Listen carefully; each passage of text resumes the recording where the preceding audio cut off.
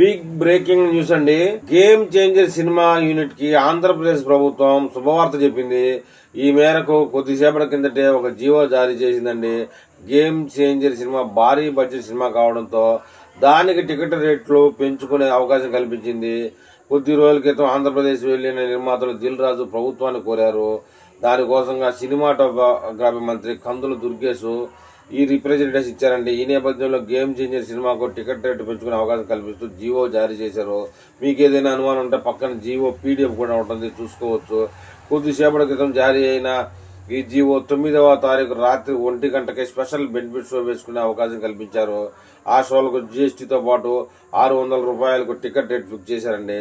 ఖచ్చితంగా ₹600 టికెట్ పెడితేనే కానీ ఆ బెనిఫిట్ షోకి చూసేదానికి ఛాన్స్ లేదు. ఇక అలాగే 10వ తేదీ సినిమా 6 షోస్ వేసుకునేలా పర్మిషన్ ఇచ్చారు. ఉదయం 4 గంటల ఆట నుంచి వేసుకునేలా పర్మిషన్ ఇచ్చారు. మల్టీప్లెక్స్లకు అయితే జీఎస్టీతో కలిపి ₹175 పెంచుకునే అవకాశం కల్పించారండి. 11వ తేదీ నుంచి 23వ తేదీ వరకు రోజుకు 5 షోలు వేసుకునే అవకాశం కల్పించారు.